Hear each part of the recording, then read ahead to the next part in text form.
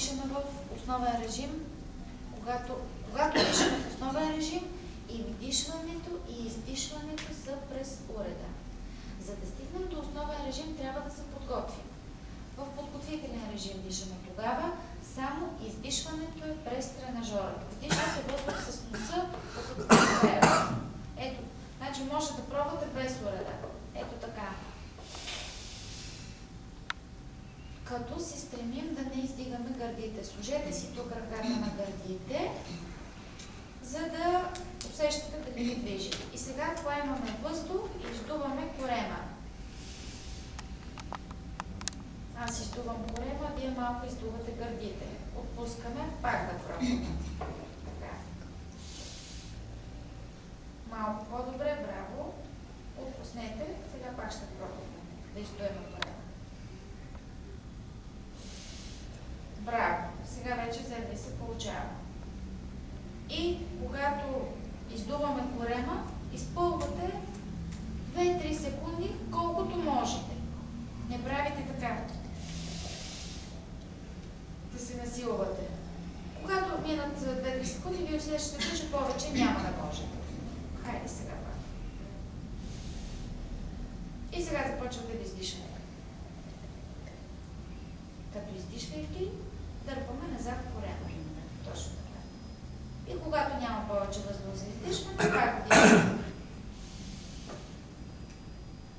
Сега дигнахте гърдите. Връщате се. Пак да пробваме.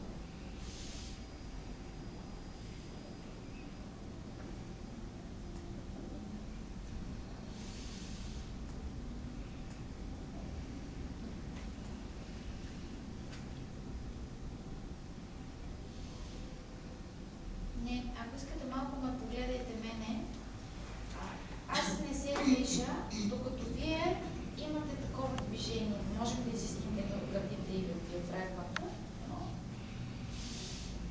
аз бързичко ще ви покажа първо.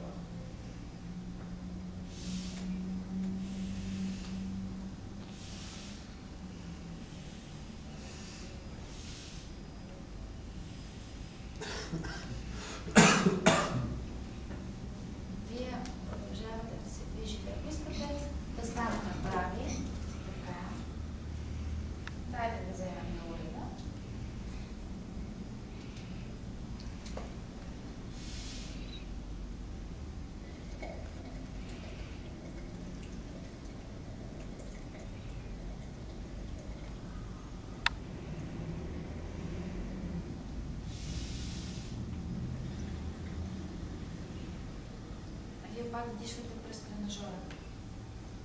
Ето така.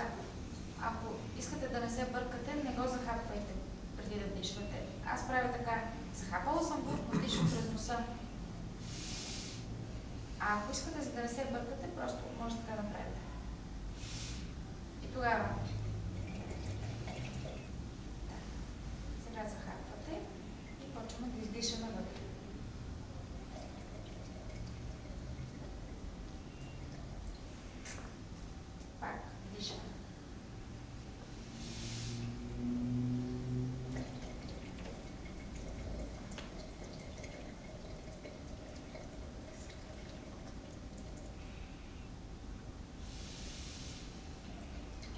Ако искате малко да сменим, сложете ръката долу на корема. И сега, когато вдишваме, ще се стараем да издуяме корема и ръката да изпутаме напред.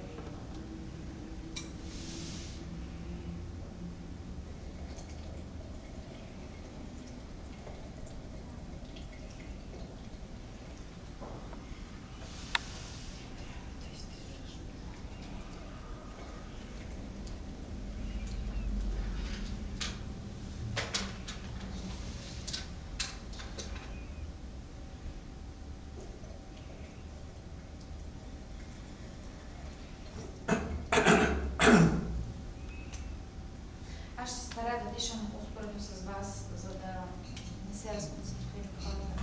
Вие си дишите, аз ще се съобрази с вас.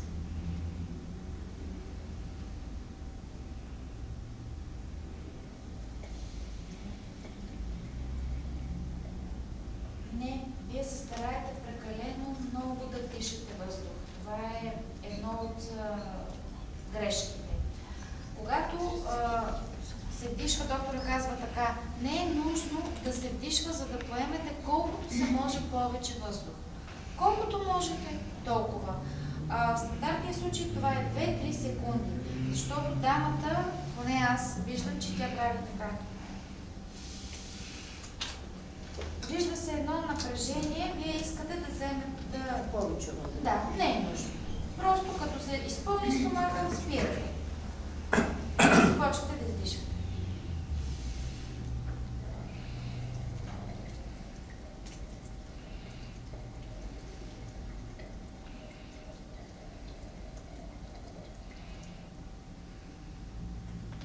Когато издишате, дори да е 1 секунда, 2, колкото издишвате, толкова. Ако не можете повече да издишвате, спирате и пак вдишвате. Ако трябва, ще вдишвате само 2 секунди, ще издишвате само 2 секунди. Тоест, продължителността на дихателния акт, сумата на вдишване и издишване ще бъде само 4 секунди, но по-добре да го прави правилно дамата и да продължава, отколкото да се насилва да поеме повече въздух или да насилваме издишването. Нямаме за цел. Организма сам ще започне да го прави. Неусетно. На фона на практиката. Така че, сега започваме колкото може.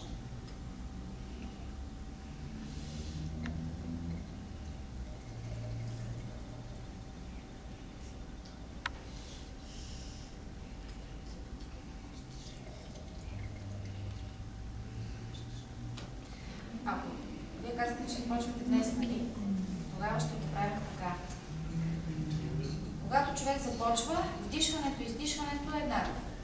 Ние в нормалния живот дишаме така.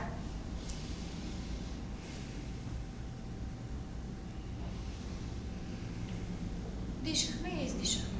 Така че правим го 2-3 секунди, без никакъв стремеж да удължаваме. Обаче се опитваме да се спореме, а не да изгърним.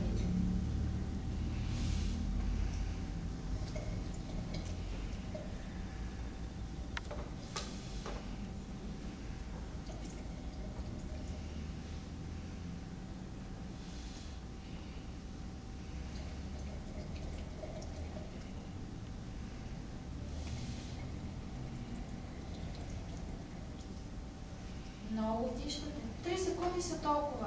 1, 2, 3. Хайде, пак.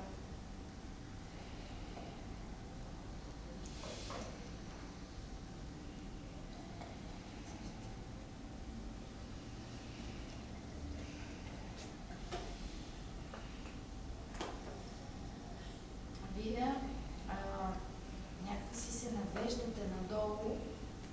Но това не значи, че вдишвате с корема.